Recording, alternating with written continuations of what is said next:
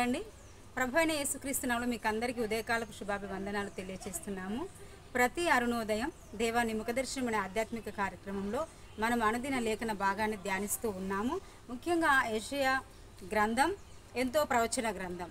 అందులో 60వ అధ్యాయం అద్భుతమైనటువంటి దేవుని ప్రేమ, దేవుని యొక్క దర్శనము, ప్రత్యక్షత, ప్రవచనము, ఆశీర్వాదం అందులో దాగి ఉన్నాయి. కాబట్టి మరి ఒక ఊర్లో చిన్న పిల్లల్ని పట్టుకొని ఒక తల్లి గ్రామంలో ఉంటుందంట. అప్పుడు కరెంటు లేవు, అంటే ఎలాంటి కరెంటు సౌకర్యాలు, కనీసం ఒక చిన్న బల్బు కూడా లేదు.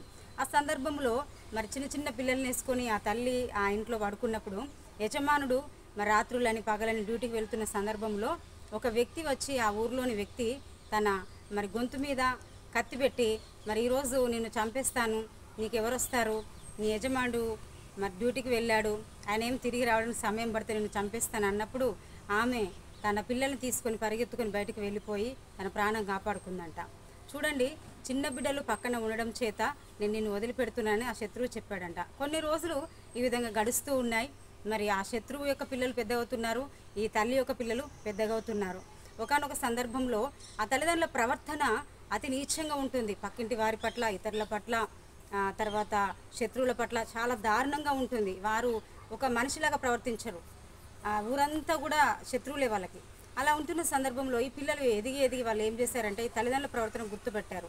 మరి ఈ తల్లి ఒక రోజున యేసుప్రభుల వారిని తెలుసుకోవడం, ఆ కుటుంబ యజమానుడు, పిల్లలు చక్కగా దేవుని ఆరాధించడం, మరి గ్రామస్తులకి మేలు చేయడం, ఊర్లో వాళ్ళకి సహాయం చేయడం, ఇతరులకు సలహాలు ఇవ్వడం చక్కగా ఉన్న ఈ కుటుంబాన్ని చూసి ఆ పిల్లలు పెళ్ళిళ్ళైన తర్వాత ఆ పిల్లలకి చిన్న చిన్న బిడ్డలు వారు రక్షింపబడలేని స్థితిలో, అనారోగ్య పరిస్థితిలో ఈ తల్లి ప్రార్థించేదన్నమాట ఆ పిల్లల కోసం.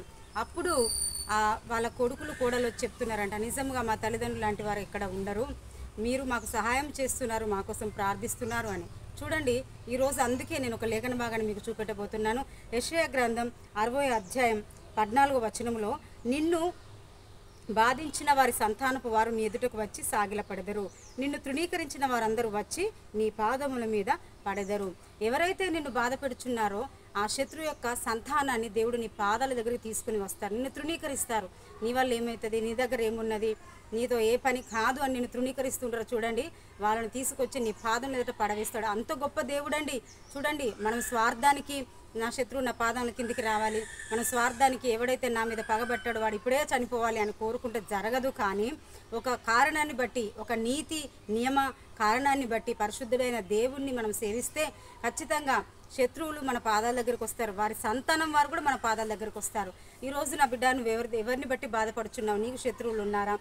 నాకు శత్రువు ఎవరు ఉండకూడదు, దుష్మాన్ ఉండకూడదు, నేను అందరితో బాగుండాలి నువ్వు అనుకున్నా శత్రువులు తయారవుతున్నారా? బాధపడకు.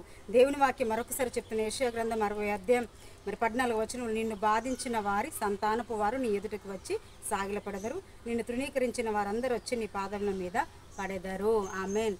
ఎవరైతే శత్రువు సంవత్సరాల తరబడి నిన్ను బాధ పెట్టుచున్నాడో వారు నీ పాదంలో ఎదుకు రాబోతున్నారు, నీకు సాగిలపడబోతున్నారు. నమ్మండి, ఖచ్చితంగా ఇది జరిగినటువంటి వాస్తవం. నేను ఇందాక చెప్పిన ఉదాహరణ, ఆ తల్లే ప్రార్థన పర్రాలై క్రీస్తును నమ్ముకొని ఆ శత్రువు సంతానానికి సహాయం చేసే స్థితిలోకి వచ్చినది. వారు ఒప్పుకున్నారు వచ్చి.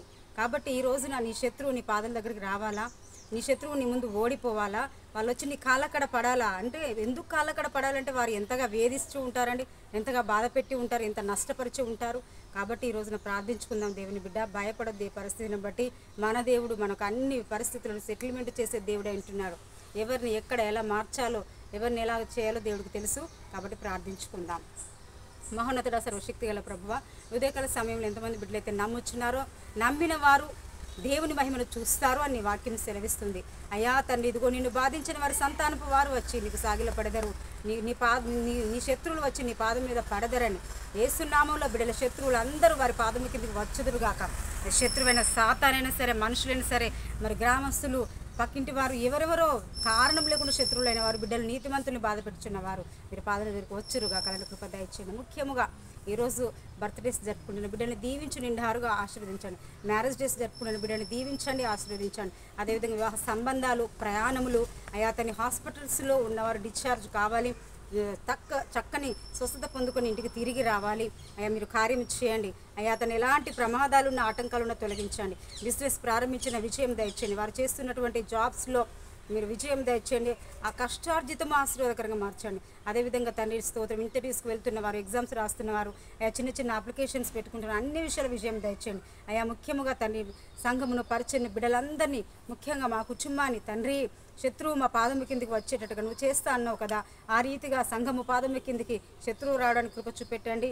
ఈ ఉదయము మమ్మల్ని అందరినీ కూడా దీవించి కృపతో నింపి నడిపించి తృప్తిపరచమని యేసు నామములో ప్రార్థించి బ్రతిమలాడి వేడుకొంచున్నాము తండ్రి.